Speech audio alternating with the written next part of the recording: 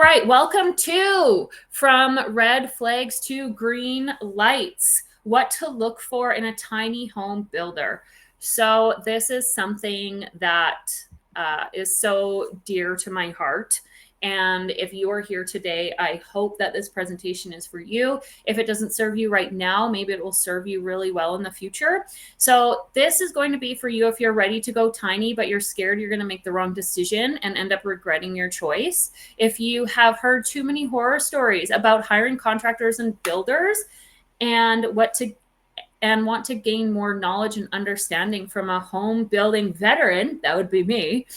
You're worried about your budget and getting everything you want in the amount that you can afford, and you don't want to cut the wrong corners in your build.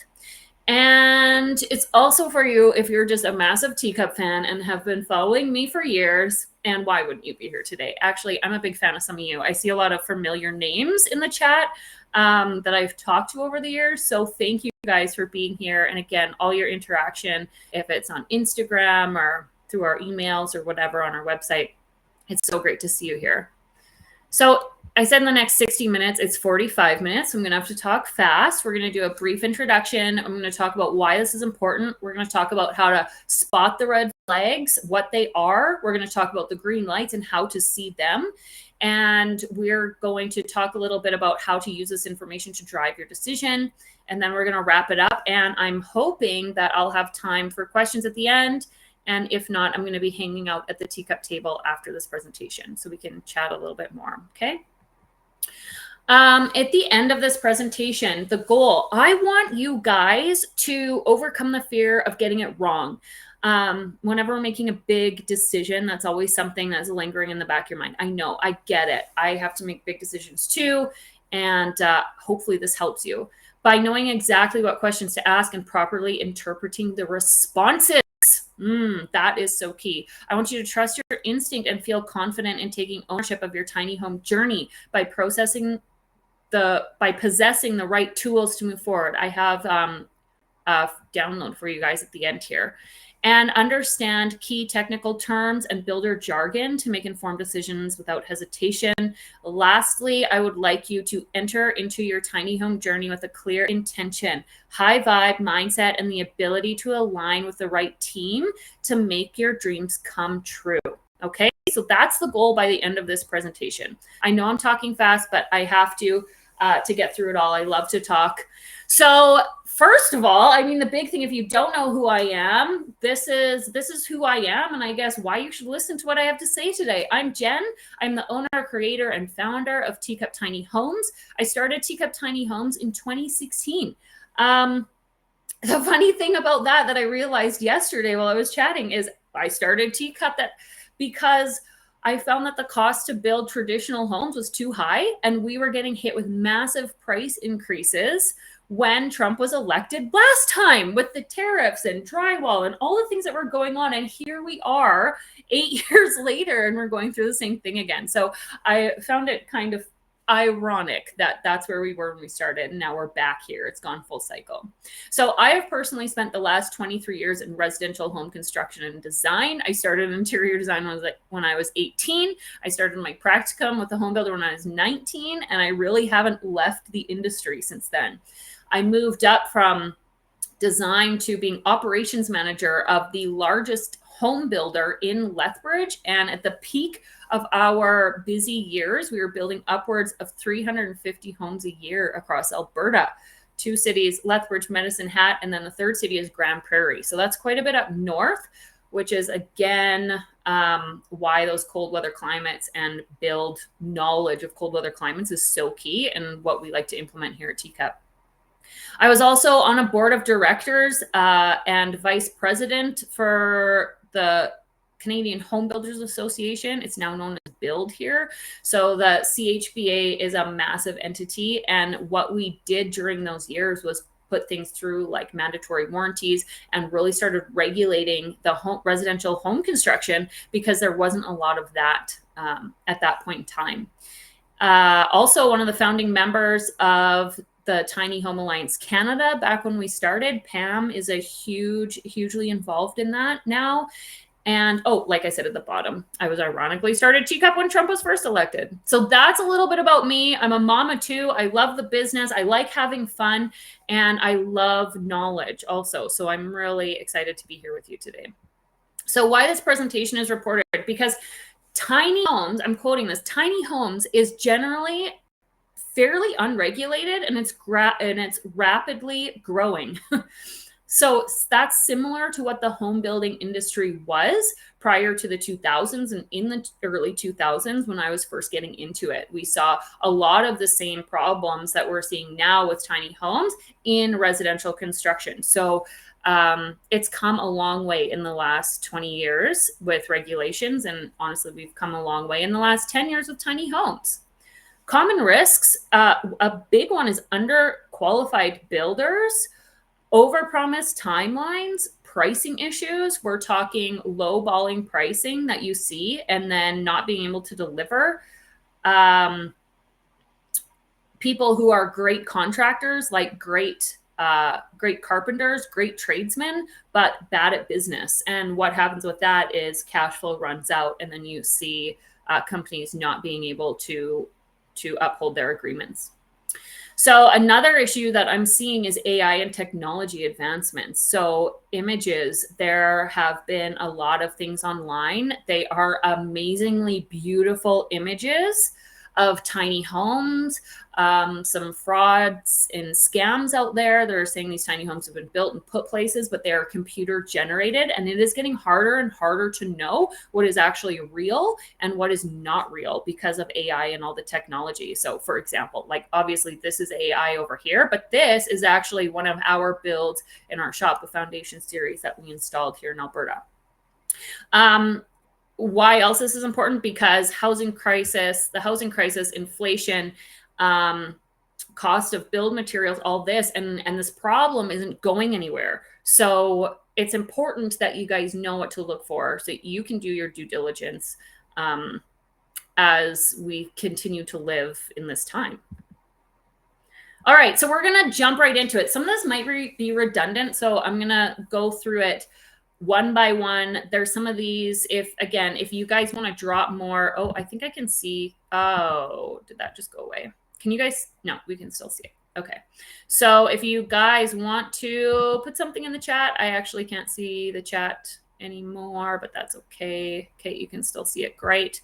Okay, so we're just going to keep going here. So red flags, what to avoid. Inexperience, lack of reviews, references, or testimonials. When I think of this, I think of the guys who you see pop up in tiny home Facebook communities, and they're actually scamming other builders' pictures and videos, and they're putting them online and saying that they're a sales representative for such and such company. I've seen Fritz, I've seen Mitchcraft, I've seen so many tiny home builders be scammed there. So watching out for that. If you just click into that person, you're going to see that there's really no information on them. They're probably a fake profile. Unrealistically low prices. This is what I'm talking about too. If it's obviously lower than most, this is a huge red flag, you guys. It is not a good thing. Keep that in mind. If there is no clear, detailed contract or documented process, this is a big one too. And again, this can sometimes kind of be seen in those contractors who are really great at building things, but they don't have the business acumen, because this needs to happen. There needs to be clear contracts. Poor communication, avoiding tough questions. Now, communication is different. This is what I found with a lot of people. Sometimes people will communicate a ton through text or emails or that kind of thing. I find if you're talking to someone and they don't want to get on a phone call, or they're hesitant to, let's say, get on a Zoom meeting or something like that, then that is a red flag. Avoiding those tough questions. If you ask a question directly to them and they dance around it, that's not, really great either. So keep that in mind. If there's no portfolio or history of completed projects. Now, again, there are people who are trying to start. If someone's trying to get into the tiny home building industry, like everyone had a first chance, right? Someone gave me my first chance to build a tiny home for them, and that was amazing. And look where it's led, almost 9 years later. And that is huge. But there should still be a portfolio, right? Of I use my past projects of show homes and basically my resume. I was sending my resume of my construction background to people when they wanted to know what I was capable of. So that is something you could do too. Overpromising timelines. If there's that's a big red flag. If they can say if you can have it within a few weeks, then and everyone else is saying something different, then that can be a red flag too. Underbidding. Again, asking for full payment upfront. You guys never pay people upfront for full payment. There should be a payment structure, and even your financer should be following some sort of payment structure. And then again, licensing, certifications, insurance. Again, I can't see the chat, so I wish I could, because I would love for you guys to plop in there if there's anything else that you can think of. So do that while I'm sharing this, please. Oops, I popped out of there. I still can't see the chat, dang it. Okay, so going back to the presentation. Yeah, so if you do have anything else, plop it in the chat right now. And if there's anything that's not on this list, again, we're gonna keep going through. I think you can see this still, so it should be good to go. So why red flags matter? Okay, this is, as you know, I was hugely involved with the Canadian Home Builders Association, and it is a huge problem. So although this isn't really relevant necessarily to tiny homes, it is relevant because I see a lot of people, and I hear a lot of people through emails and people calling me saying, my uncle or my friend or this guy I know said that he's going to build me this tiny home in his back 40. I'm going to help him do it, and it's going to be great. Okay, why is that a red flag?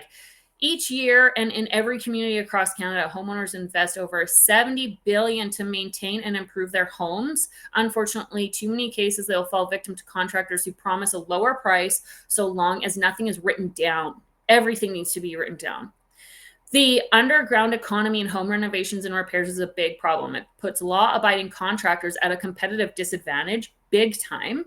It costs governments billions each year in lost revenue, and it results in many homeowners getting ripped off as a result of shoddy work, lack of building permits and inspections, and no warranty or resource when cash-only contractors don't deliver what they promised.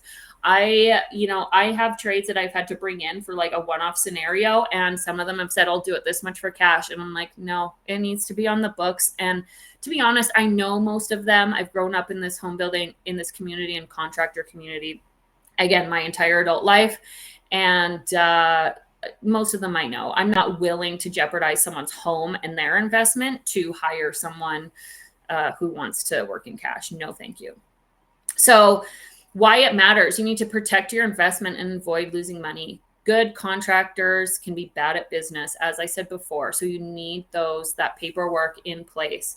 A lot of the time too, when it comes to this, it is a commonly known issue in construction is that you're always using the next project to pay for your current project. This is a bad way of doing business, and that's where people get into cash flow issues. And so even though everything looks good up front, it often is detrimental to those who come next because eventually they're going to run out of money. This happened recently to a home builder in Alberta, a tiny home builder. It happens actually all the time with home builders and contractors. I have to say it's more common than what we like to think of or admit, I guess. Ensure you have the proper aftercare and support. So if your price is too low, this could look like, I've heard this so many times too. Oh my gosh. The contractor coming up, if you have issues with your build or after you take possession, they'll come back to you and say, look, I didn't make any money on this, so I'm not going to help you out. And that's the problem with low prices, is that that's just not okay. Your builder should stand behind you, and there needs to be enough money in that value exchange to make sure that they are going to fully support you after.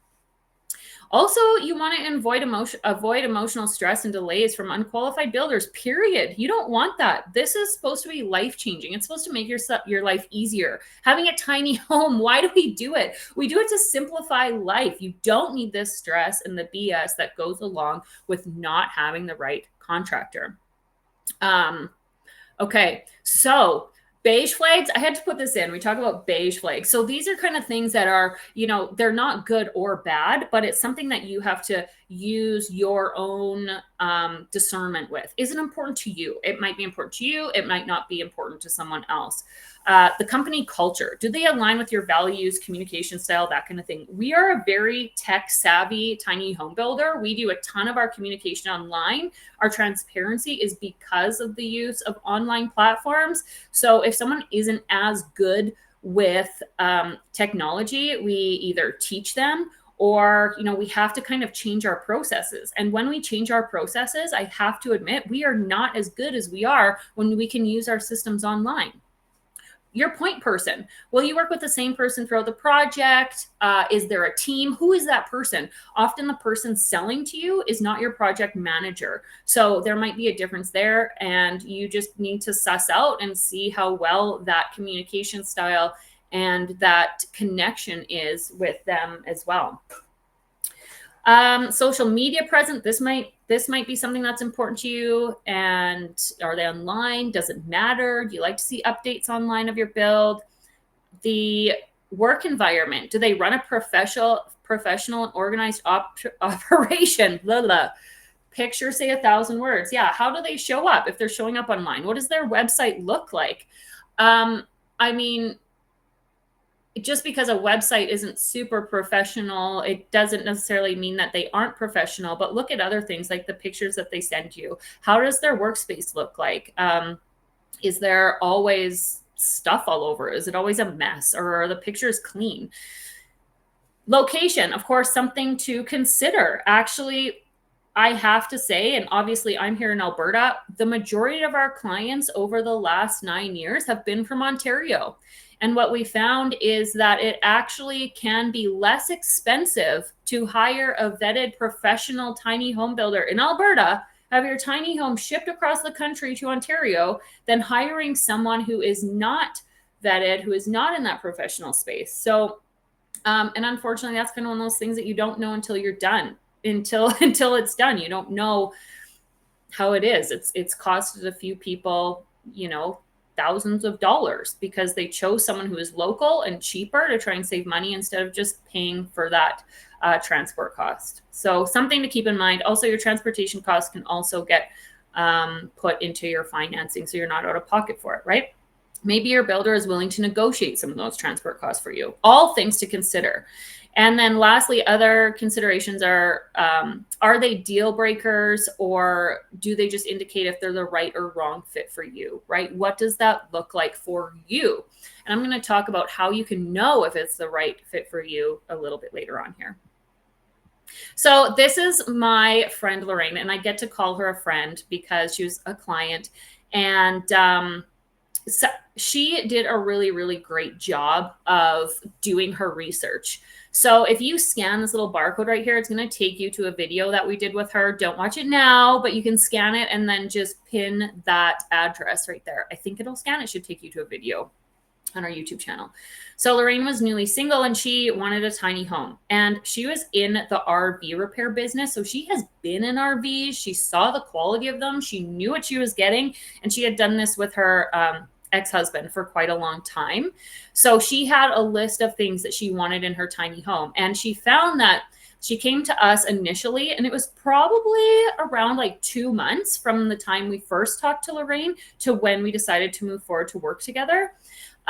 She spoke to other Teacup Tiny homeowners. She interviewed them about the process. She made a point of talking to other builders and talking to their clients too. And eventually she came back to us because on her list of things, there was a lot of that stuff where other builders said that they could do things for her, but they didn't do it as standard. So she wanted to focus on what we did as standard because, that is our specialty.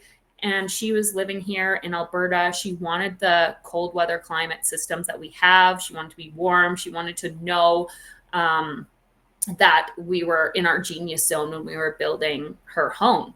So ultimately, she did end up coming and building with us. And she has just been, honestly, I must say that she has been such a treat to get to know. And she's an amazing human being. So those things were important to her.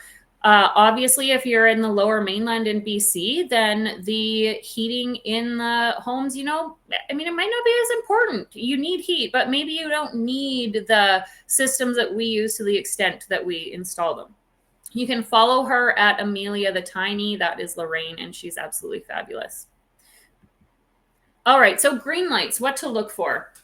Established reputation and years of experience. What does that experience look like? Again, it might not be that they've built a lot of tiny homes, although that's kind of important. I must say building tiny homes is a lot different than building other homes, but they need to have construction experience. More so, they need to have customer care experience. That's the difference between someone who's been a framer for 45 years and someone who knows and understands how to take care of customers and has been doing that. Strong portfolio showcasing diverse projects. Again, is it aligned with what you're looking for? Do they build what you're looking for? Or are they stepping out of their to just try and make it work for you?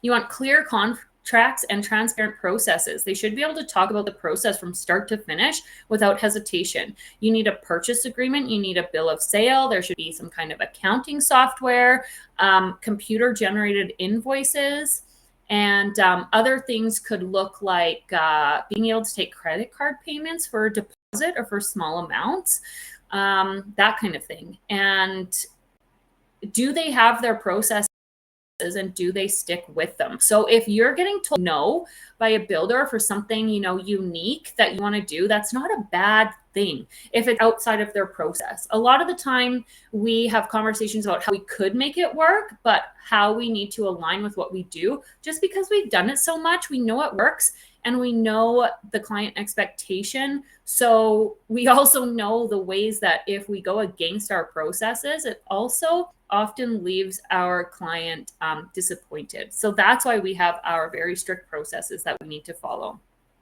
Proper licenses and in good standing with those licenses. So your builder should have a provincial builder's license. You can look that up. If they say that they're registered with Intertech, go to Intertech and make sure that they're in good standing, right? Do they have insurance? Those are all big, important things. Good communication responsiveness, post-build support and warranties. Follow their homeowners you can follow their homeowners on Instagram. What I mean by this is go to like Lorraine or go to other people. A lot of tiny homeowners are on Instagram and you can follow their story and they talk about, the good, bad, and the amazing in their tiny home once they're living in it. So you can follow them and see what you think. Do they align with their vision? And do the building specifications match what you need? When you start interviewing builders, you may not know exactly what you need. And the more you talk to them, you'll kind of understand, and that might change a little bit. But again, to keep in mind, your green lights may be different than someone else's green lights. So you have to figure out what's important to you. So do your homework. So step number 1, these are the things that you can look for online. The culture, how long have they been in business, their portfolio, likes, dislikes. Can you see yourself in a home of theirs? So really get to know that company. You can find out a lot of the due diligence things online, but I would look further than just that builder website, right? You can look at reviews, and again, looking at their previous clients and that kind of thing, that's really important too.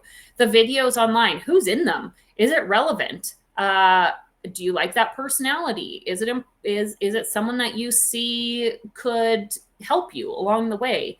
Is it a current team? Is it a professional site? Are the pictures professional? Are they professional? Or again, are you actually looking for a backyard builder? If you're looking for a backyard builder and you want to do that and you want to be hands-on and involved, then again, your needs are going to be different than others.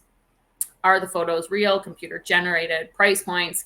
Are they in the general vicinity? Are they maybe more? Could it be less? What are they willing to work with you?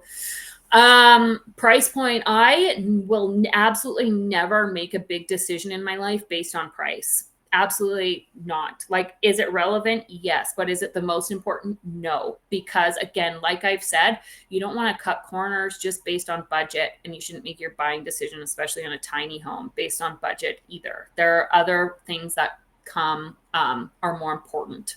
I guess, because a lot of the time, if you're making it solely based on budget and you're going with the lowest bidder, I just find I've always been disappointed personally. So, and then Google them and see what comes up, both the company, owner, salesperson, etc. You guys know my name. You can Google me and see what comes up. If they're not on the internet, why aren't they on the internet? You know, everybody's on the internet these days. All right. So this is the first thing that I want to talk about for how you figure out what's important to you. And that is setting your intention. You know, I love the saying that you can't get where you're going unless you know where you are. So you want to define your ideal situation. And maybe this happens before you start interviewing builders, or maybe it happens halfway through once you get to know what's available to you. But take a picture or screenshot this because it's really important. You want to grab a piece of paper and start writing down, you know, just daydream for a minute and just say, like, in the ideal, most perfect world, what does my builder look like? What do they do for me? What is that relationship? How is my home? And when you have that ideal, you can go out and start looking for those things in the builders. And what you're going to find is they'll say a keyword, and that keyword will be written down on your sheet. And then you'll start to know if that builder is the right one for you. You know, everything from is it fun and exciting? And do you feel like you need to take the lead? Are you really looking for their professionalism? Do you want to be taught during the process, or do you just want to be hands off? So, sometimes, you know, we go through color selections with our clients, and it's a thorough process, right? Do you want to go out and get samples and see all of that? As a professional designer, I help the clients do that. But there are some times when people come to me and they're like, I don't know, I guess I like blue. And I'm like, don't worry. I will put something together for you and present it to them, and then we can tweak it from there. So hands on, hands off, what does that look like? Do you need to visit the build in real life or not? To be honest, I don't think I've met 95% of our tiny homeowners like in real life. When I do get to, it's amazing. But I mean, you can come here, absolutely. But we do so much, like I said, online that you just have to decide if it's important to you. Understanding pricing implications, creativity. Oh, yes. Creativity on pricing. If you have someone, a salesperson who's trying to be really creative with you and like, you know, maybe we can do this and do that. And if we work this in, or if you do this for me, if you create social media for me, I'll give you a discount. Like that one comes up all the time. I would just be mindful of those trade-offs, because I do think at the end of the day, although that would be nice, I just want my clients to want to put their tiny home on Instagram. I don't want to make a deal, a side deal about it, because again, I just feel like, I don't know. I don't like that. It's not good energy for me. I think that from what I've seen, the more creative that builders and contractors are, then I think the more creative they get in their builds in maybe not following the rules. I mean, I'm just saying it for what I've seen, and I don't like that. I don't run my business that way. I have a very strong moral compass. So, yeah, I'd rather look at just like following those processes and making sure you guys are happy.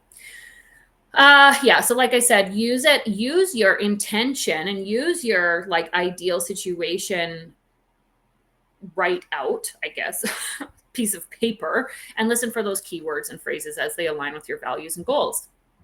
So finding the green lights, how do you find them? You got to ask the right questions, right? What's your experience with building in my region or climate? Can I visit a completed or in progress build? Do you need to? How do you handle unexpected changes or delays? Look for transparency.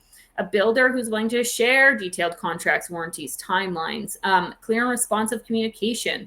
Check credentials. Again, you can look up on websites and call those people that they say you're certified with if you don't feel like maybe it's true.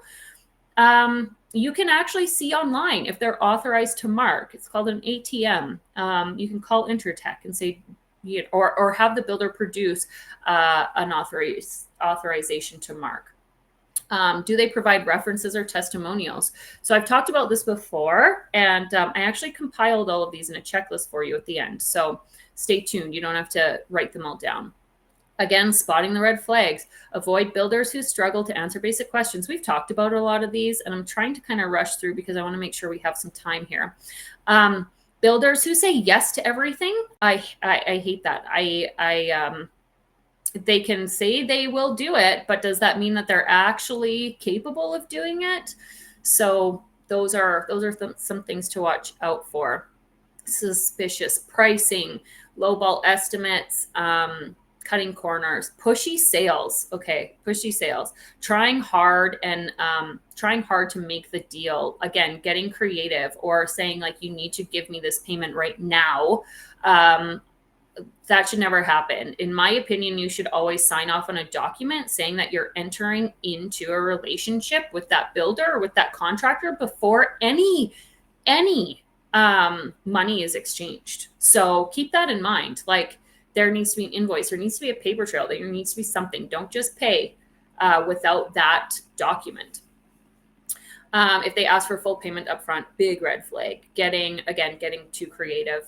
If there's no online presence, everyone's online these days, and they should be if they are running a real business. And again, poor communication. So those are things to look out for. So navigating the build process. This is a fake picture. How can you tell? Look, I don't even know what these words are, but ChatGPT made them for me. So some key industry terms to know is change orders, permits, customization. Your purchase agreement is a key one. That's the one that you sign before you start to build, before you give that large lump sum and you're deciding to go forward with your build. There should be a bill of sale. Change orders. This is something important. You need to know how they deal with change orders. Typically, you'll see a change order fee if you change something in production, especially in the manufactured or modular industry, or if something's built in a factory. Well, regardless, like we have to plan our assembly line, which means we have to order materials like very early on in the process. So change orders and changes during the build process can result in, fairly hefty amounts. So that's something to talk to them about. And what's your process for resolving conflicts? How do you do that? What do you do? For me, I believe like get on a phone call or get on a Zoom call, because having a conversation is far better than texting back and forth. You can record Zoom calls, you can record phone calls. So, just make sure you're doing all of that. I always like to ask people, tell me a time that you screwed up and what happened. So, what was one of your biggest screw ups? It's almost like job interview questions, but ultimately you are interviewing your builder as if you're interviewing and hiring them. Well, you are. That's exactly what you're doing. What's the time that you screwed up and what happened? Everyone is going to screw up, you guys. If someone tells you that they haven't screwed up, oh boy, then they haven't learned. And honestly, your screw ups are the best learning and teaching moments. So you want to know what happened after that screw up. Tell me about a time that something didn't go as planned during construction, especially in custom home designs. We run into this when we do our custom builds a lot of the time, especially in small spaces, is that you think on paper it's going to go a certain way. And then when you really get into it and it's coming together, it's just maybe not going to work the way that you initially thought it was going to. And that's a big thing. You need to know how are these little things communicated? How are they dealt with? For me, I need to know our clients. I need to know their needs, wants, goals, their priorities. I need to know them as a person. I need to know what is most important to them. And I want to become almost their best friend for this time period that we're involved in their life, because I need to know and communicate to our build team what they're going to find the most important if we need to make small tweaks. There are hundreds of micro decisions that go into building a tiny home. And if you don't have that relationship with your point person, especially if you're doing a custom design, then you may be left disappointed, right? So tell me about a time that this has happened and what happened with that client. And you can even talk to that client if they're willing to. Again, we can't just give out phone numbers of our clients. We have to make sure that they're willing to talk to other people. Some people just don't like to do that. It's not that it wasn't a bad relationship. It's just they didn't want to. Realistic timelines, again, talking about why it could go awry. Whoops, I was supposed to delete that. A lesson learned to shape Teacup's process. So a story about this is we sometimes get people on the phone who are very, very, very excited. And this was a big game changer for us. we were finding a few years ago that people would be so excited to give us their money. And for our first build deposit, it's $5,000, start working with us. And then we enter into the design and that kind of thing. And we actually had to pump the brakes. Like, we had some people who would just be so excited on the phone with us. They would run their credit card online. They would put that in. And then 2 days later, they'd come back and like start getting mad at us for like selling them on their tiny home dream. And then they'd go talk to a brother or a parent or something like that. And then say it was a bad idea. And really it was buyer's remorse. It was, they entered into something, they got scared and they pulled back. And although we say that it's non-refundable, and even if we started working with them, we would have these complaints. And it was so frustrating and disheartening for our team, because we knew that we really could make this person's dream come true. And we knew we had the right conversations, but yeah, it's hard not to get excited, right? When you're talking to someone about your dream and when they can help you. So we implemented this kind of like pause moment where, again, we have paperwork that before we start working with our clients, like there needs to be multiple conversations, because we don't want to just take your money. We want to make sure that you feel good about hiring us as a builder. So that was one thing that we changed in our process, and just to help the transparency and, again, not be too pushy. So I'm coming to the end of this, I think. Oh, maybe I'm not. I'm trying to go quickly, you guys. So you get to decide how important these things are to you and your life experience. My needs, wants, goals are going to be different than yours when I'm hiring a contractor. So keep that all in mind. So I promised you, this was the very first slide that we went over. I am hoping that you can achieve some of these things. And it's what I talked about before. You can understand some key terms. You can know what to look for, and you can trust your instincts, and you can move on in your tiny home journey with clear intention, high vibe, good mindset. You know, here at Teacup, we want it to be fun for you. We want this to be something that like you really enjoyed, because I just really do believe that life is too short to not make the best out of it, and to have to go through the harder situations when you don't need to. So, okay, I am at the end. Yay. So I want you to remember, based on the mindset, again, you guys, there are no wrong choices. There are only decisions and experiences, and you will get through whatever you decide to embark on. Maybe there's a lesson that needs to be learned in the decision that you make. Unfortunately, you know, when we see some of these bad situations, I feel like I want to help everyone out. I don't necessarily have the time or means to do so, but there is a lesson. And sometimes maybe that lesson isn't for you, and maybe it's for the others around you. On the other hand, if you have an amazing choice, if you have an amazing experience with someone, you know, share it, get out there, do those Google reviews for those people. If you found that this presentation was amazing, or any presentation really online today, go to that builder, go to that company, tell them how great it was, because that is just, it makes a whole world of difference. So if you guys want to scan this, I'm not sure how long I can leave it up here. I think I have to end the slideshow presentation so I can see your chat. So I'm going to do that, but scan it right now, and you can sign up for the checklist. It's a Google sheet, and I've created it so that as you're interviewing your builders, you can type your notes in as you go through on these important questions, and there's space for you to add your own below. So you can find us at teacuptinyhomes.com. Hey, you can text me at this phone number right here, take a picture of this, and then also follow us on Instagram, not TikTok, obviously. Well, I guess it's only if you're in the US, but that's a story for another day. Okay, I'm going to end this, and hopefully I have time to answer questions. Oh, sorry, I tried to go as fast as possible. Okay, so Sarah P asked, approximately how much do the project costs? Sorry, I'm going to start that over. Approximately how much do the project costs should be considered if having a tiny home shipped to Ontario? Yeah, so it depends what kind of tiny home, right? If you're doing a tiny home RV, or if you're doing an accessory dwelling unit. So if it's on wheels or if it's not on wheels, that kind of thing. Size is something to consider, and width. So we stay below 12 foot 2 inches, so that you don't need pilot cars and transport. So it saves you some money. Yeah, but it can be somewhere in like 12,000 could be 15 again, depending on size if you're going bigger, or you can be around 9,000 to get to your area. But again, one thing to consider with that too is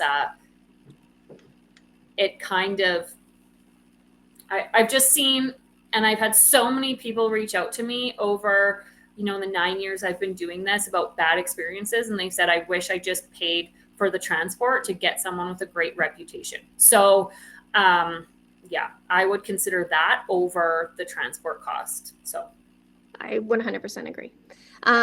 Okay, so do you have a red flag or green flag checklist for finding a tiny homes used online from another person who worked with a certified home builder? How do you ensure that it's authentic and from a certified builder? You know what? I thought about this. I actually thought about the resale market.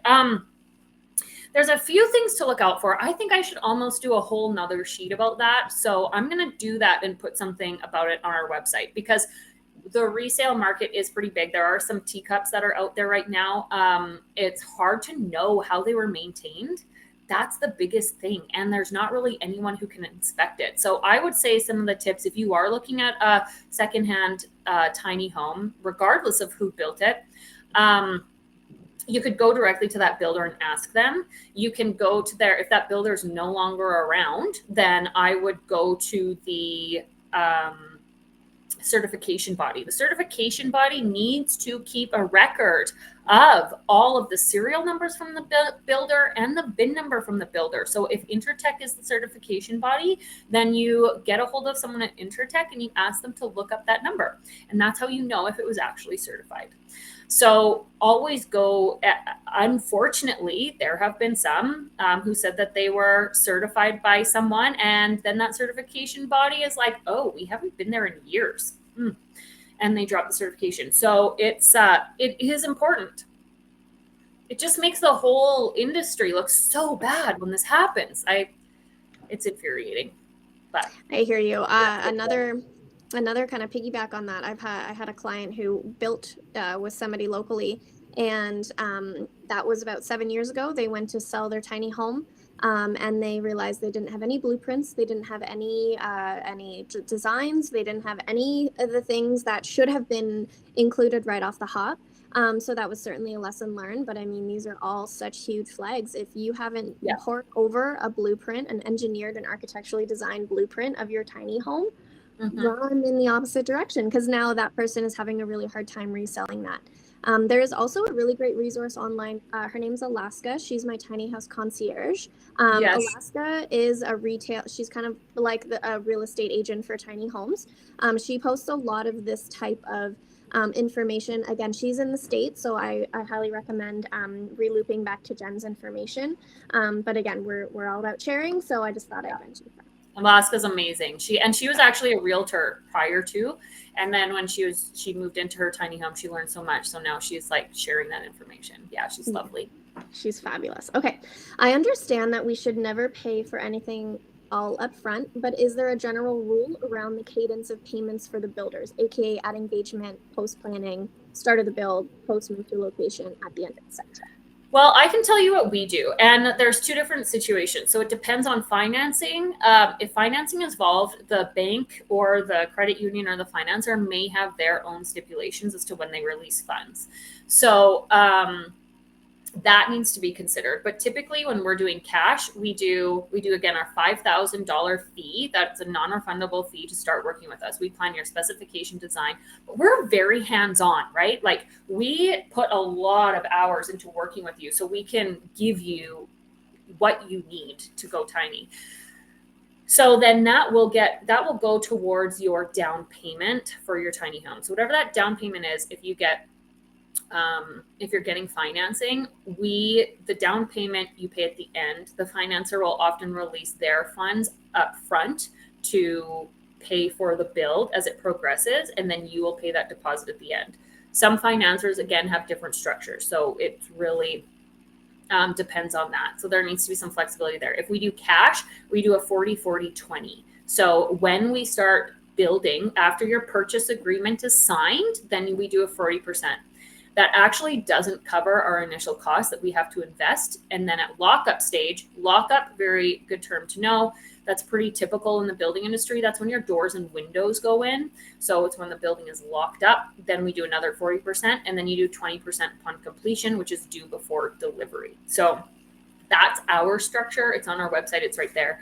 And that's what we follow. Perfect. Thank you, Jen. I'm going to cue this question up, and I know the answer. Do you work in Ontario?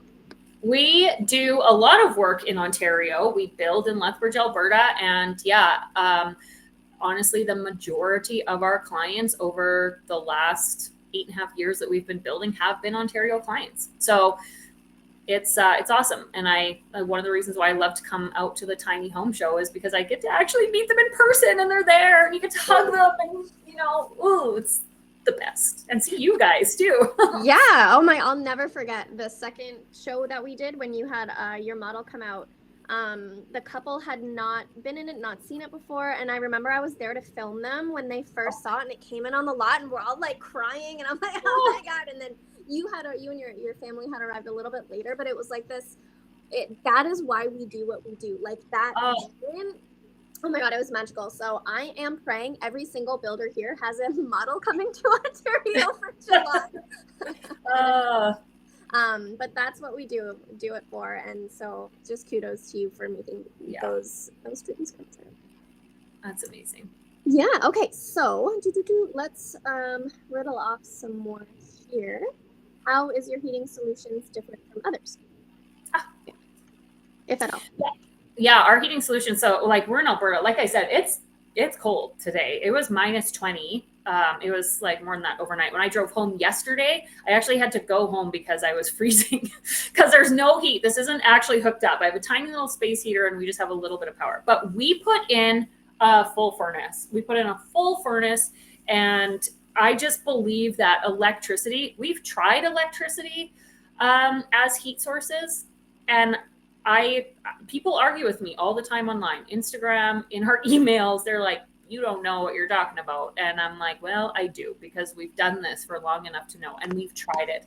And I'm tired of people wanting to go the electric route and being cold. So we will do it for you. We will absolutely do a 2-headed mini split. We do a furnace. It can run on propane or gas. And I feel like gas and propane heat are the best. We also run that system through the floor. So other modular builders, they just drop, and that's way cheaper. They have a 8-inch floor joist, and then they just drop everything out the bottom, and it's your responsibility to insulate, hook up, and do all that on site. With a lot of other more affordable modular builders, we don't do that. We run it in the floor, because your floor is the coldest part of your tiny home, and I hate that. I hate having cold feet. My feet are always cold, so maybe it's just my pet peeve, but that's what we do. That's how we do it different. And we really make sure that our clients are going to be warm. Yes. In-floor heating is non-negotiable. Non-negotiable. We will not build a tiny home without in-floor heat, period. I don't have in-floor heat, and it sucks. There you go. Exactly. Yeah. Okay. There is a question about property taxes. Are you able to touch on that, or is that kind of, I mean, you were a builder, so yeah, I guess you could. This question is specifically, would these models increase your property tax? And is there a percentage increase that should be expected? Well, I mean, percentage increase are very tough to know. That depends on your municipality. I'm just laughing because it doesn't even matter. We got a massive property increase. They said that they weren't going to increase our taxes, but our property value went up astronomically this year. And it's like, oh, weird. We weren't going to increase taxes, but that's how it happened. So your municipality, you'll really have to check in with them. But yes, if you're doing an accessory dwelling unit, absolutely, it will add value to your property. But again, your resale value is going to be so much more. So it is something to consider when you're looking at a land lease, or you're looking at doing an accessory dwelling unit, that you consider that additional tax amount into what your rents are going to be to that renter. Yeah, and there are things to consider, such as development charges, and there's development charge relief for affordable housing units. So, Andre, I would really highly recommend that if the increase is a little out of range, try and see what grants are available in your community and in your municipality to offset that cost, because municipalities need to increase their rental supply. So they are throwing money at people who are building attainable and affordable housing solutions. So that could offset anything But yeah, echoing what Jen said, it'll 100% use. Yeah. I think too, sorry, with like new home buyer, I don't know how you should be able to, if the person who's putting an ADU in your backyard and you're renting to them, for example, and they're a first time home buyer, that might be something that you can look into too. Also look at your tax credits. If you're paying for it and you're putting it on your land, there's like a GST credit for you guys. I don't know if it's PST or GST, but then you can get that back on your tax return, basically the tax that you paid for that dwelling unit, and then put it against the revenue income that you're getting from having that person lease your land. So there's yes, if anyone, yes, thank you, Jen. If anyone needs a GST rebate specialist for Ontario, I have a connection. So email me, Jen. Actually, all the builders, I will email you, all of you, and give you that great connection, because then you can connect all your clients with that person. They've been getting, $13,000, for example, was one of the last rebates that this person got for their clients. So I'll make sure that those resources are out there. Okay, so there are few more questions. What kind of user walkthrough or inspection process is normal? Yeah, what kind of inspection process? So again, everyone has their different things. What we do is we do video walkthroughs all the time, but we have an like fully integrated project management tool that we use, and you can actually see live updates. Our team clicks off their things and the percentage that they're done, and you see your schedule. You see those being completed. You see pictures, you get instant messaging with our Teacup team. That's normal for us. It's not normal for others. It's a big part. Like, we pay a lot of money for this and we've put tons of time. It probably took us 3 years to get it operating properly. It's amazing. I don't know what we'd do without it. So we have that. We have inspections. I mean, I don't call them inspections. We have walkthroughs, but we inspect everything and make sure everything's there. We have our QCs and our checks to make sure we're going through the contract. And then we do our like final orientation, final inspection kind of thing at the end, where we go through it all, and it usually takes about 2 hours. So that's what we do. And then obviously when you get it and you're hooking it up, we have our processes for that. But what we know is that we would far rather have everything like 120% before this tiny home leaves us here and heads out to Ontario, because it's going to be a lot more headache and cost a lot more when it's there for us to fix. Now, there are things that do happen. I must say, there will always be things that happen because you just don't know. COVID, we had like breakers, like breakers that just weren't working. They would go about 6 months and all of a sudden they would stop working. And so we had to hire people to replace those breakers. And that's fine. Stuff's going to happen, but there needs to be a process, and your builder needs to talk about what that looks like. And it's going to be different for everyone. We have our systems. Minimal East has theirs. Mint has their systems. They're different, but you just need to make sure that you're comfortable with those systems.